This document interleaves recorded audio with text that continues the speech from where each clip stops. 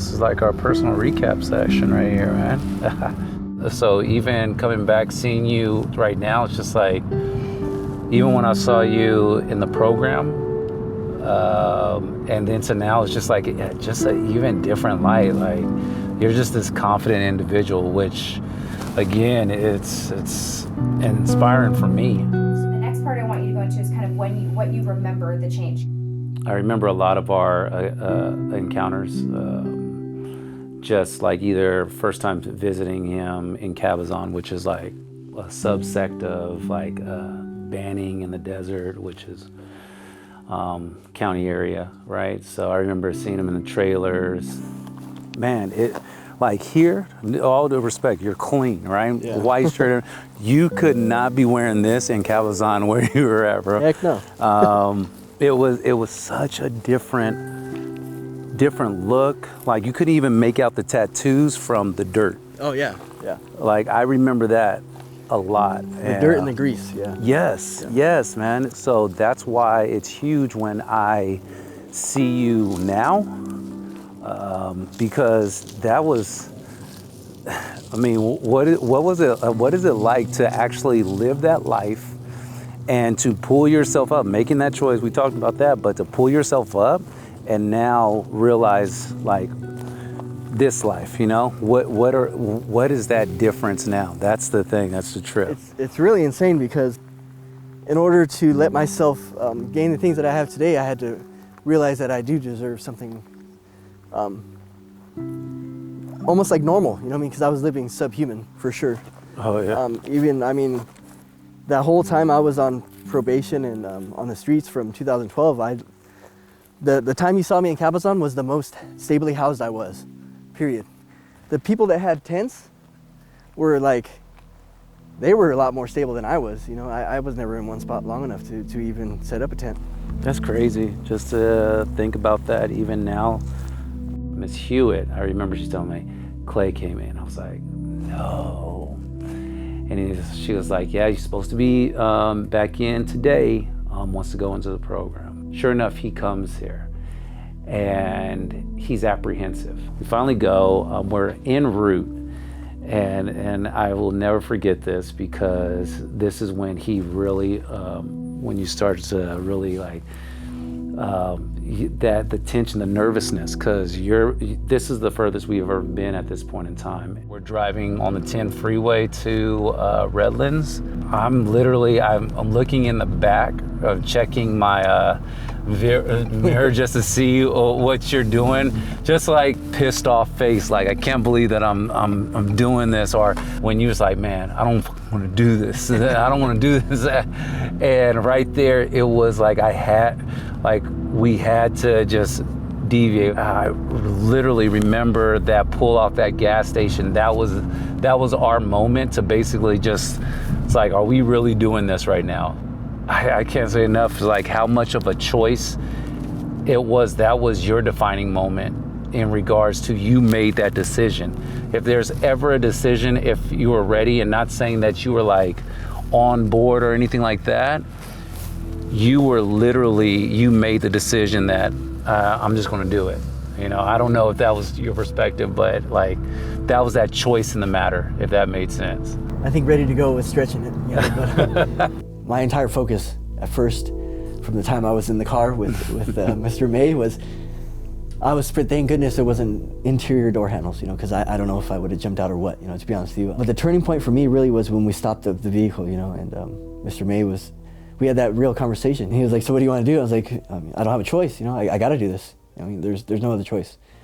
And I don't want to say that I caught him by surprise, but he was like, okay, let's do this then. You ready? And I was like, I think I might have just said, yeah, whatever, let's go, or something like that to that effect. That was my entire attitude, you know?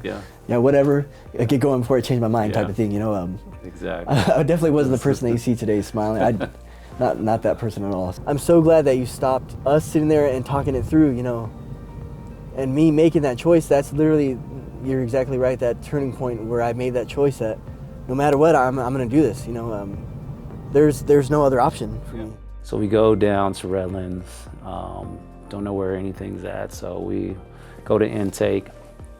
And I remember Carrie, that's the social worker, she tells me, hey, we don't do same day intake. And I'm like,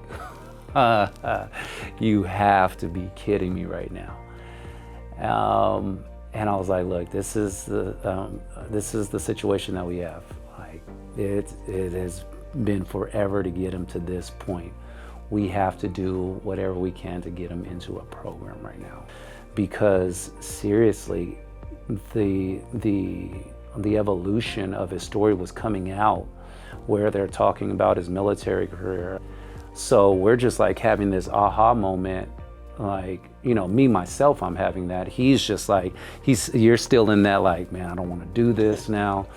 But like the reality is setting in, like how much, like I think even on the VA side, it was a heartfelt moment for them. Like someone that was lost now is coming back. So everybody was kind of just like moving mountains to make this happen.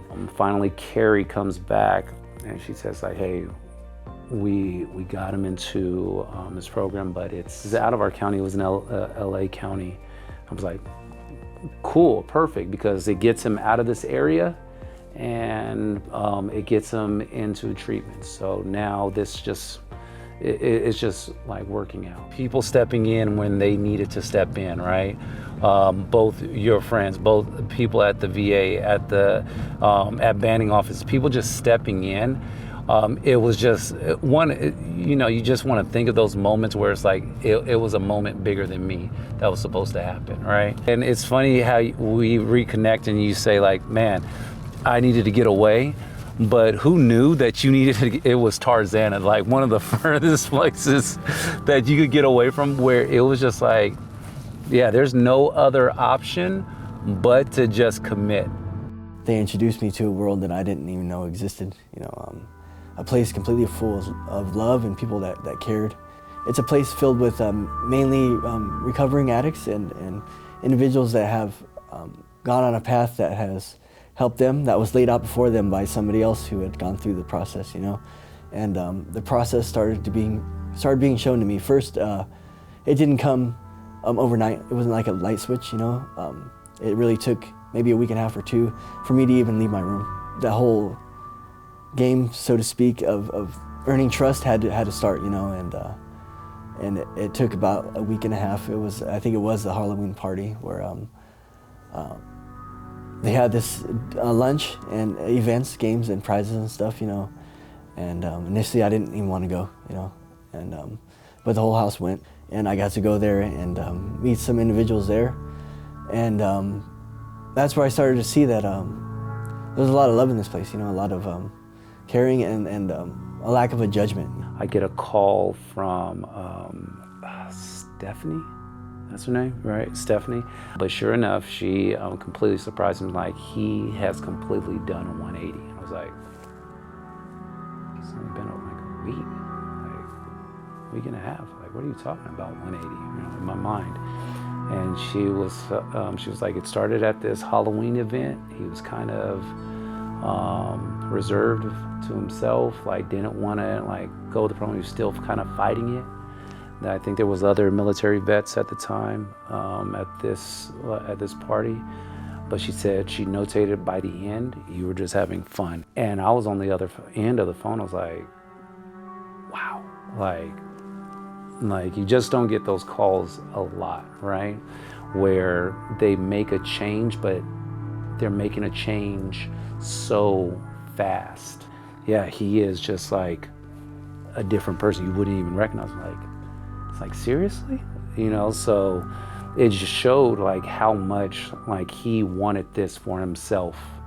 Like that part was so much stronger than the addiction, right? That started that perspective shift that I started to have, you know, and so I started praying right away, and that was the second thing that helped me get out of my room, and started listening and taking suggestion. You know, I had decided from that moment, you know, these groups and everything are good. You know, I had been introduced to them forcefully before, and a lot of the things that they said made sense. You know. But really, the power comes from the application of the information, you know. And from that moment, everything started to change. You know, I took every opportunity to learn and grow there. I ended up staying 90 days, and that wasn't the plan at first. Once I left the residential treatment center, I had gained such a huge connection with the program that I was there, that I made a request to be able to come back to the house and volunteer my time and run groups and meetings with some of the client as an alumni, you know. And it was approved through the treatment team. And so from that day, I started a group and a meeting on Wednesday nights there that I continue to this day, you know, and every week, and multiple times a week, I in between my groups and whatever activities I had planned, I would go and volunteer my time to be able to help the individuals that were newer than me get to the point where I have, just as like the community that I found led me as they were led. I go in, staff is great over there. They're letting him know he's coming down right now. I mean, all I see is this like short Fabio looking guy with long hair, right, coming down. No, but it was a complete change. Personality was there, you know. Trust was always in there, but like personality was there now behind it. This was like the real Clay that I got to see, you know. We were talking about leadership, and you were talking about the qualities of being a leader and the special talents that you did have from a young age here. But you could start seeing that again, right? When I saw you, I was like, man, like this is him valuing himself, right? That was the amazement for me. I'd never had somebody take that kind of ownership in their addiction, take that kind of ownership in their rehabilitation. So I think that's a motivating factor for me today still. Talking to you briefly over the phone during you know, while you were in the treatment, and I asked you, I was like, hey, so are you still on your same plan about coming back to Riverside? I was like, no, I'm not coming back to Riverside. I was like, man, one of the best answers that I ever could hear, right? It's a different day, it's a different story, but now you guys now you're on to something bigger and better, just knowing that you can handle something like that. So, like I said, for me, I have to say, like seeing you today, it really inspires me to keep on doing those small things, and just getting to know people better, knowing their story, because seriously, like you are again an epic change for me, and that's huge, and that's from the heart. I've never witnessed anything like that.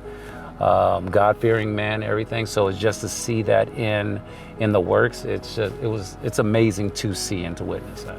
So, yeah, thank you. I appreciate you, man. This is you. This is all you. Coming into this process, I was able to start having contact with people that I cared about, or that cared about me as well. And I was able to get back into contact first with my biological sister and my nieces and nephews and things like that. Because of the lifestyle I was living and the idea that I could be missing, or I mean, I was missing. I didn't speak to them for years, you know, or in jail, or dead, you know, was constantly on their minds, you know, and how it affected them. And to see that the change that I'm making affects them to this day, of how proud of me they are, you know, and to be able to talk to my brother again, which I hadn't talked to since we were both in the military pretty much, you know, to see that come back around and to be able to be there for them, you know. This last year hasn't been easy, you know. As far as my sobriety goes, I mean, I've had opportunities to learn and grow by ways of challenges, you know.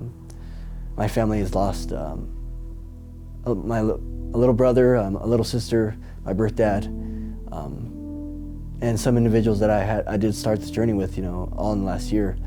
And to be able to live through those trying times in my life and be there as a positive support for individuals I care about, you know, through their loss, and as well as be able to feel and grieve the individuals myself with them is an amazing thing, because before I wasn't able to be present spiritually, emotionally, physically, or mentally. But I do have that support system that I do utilize on a daily basis, you know.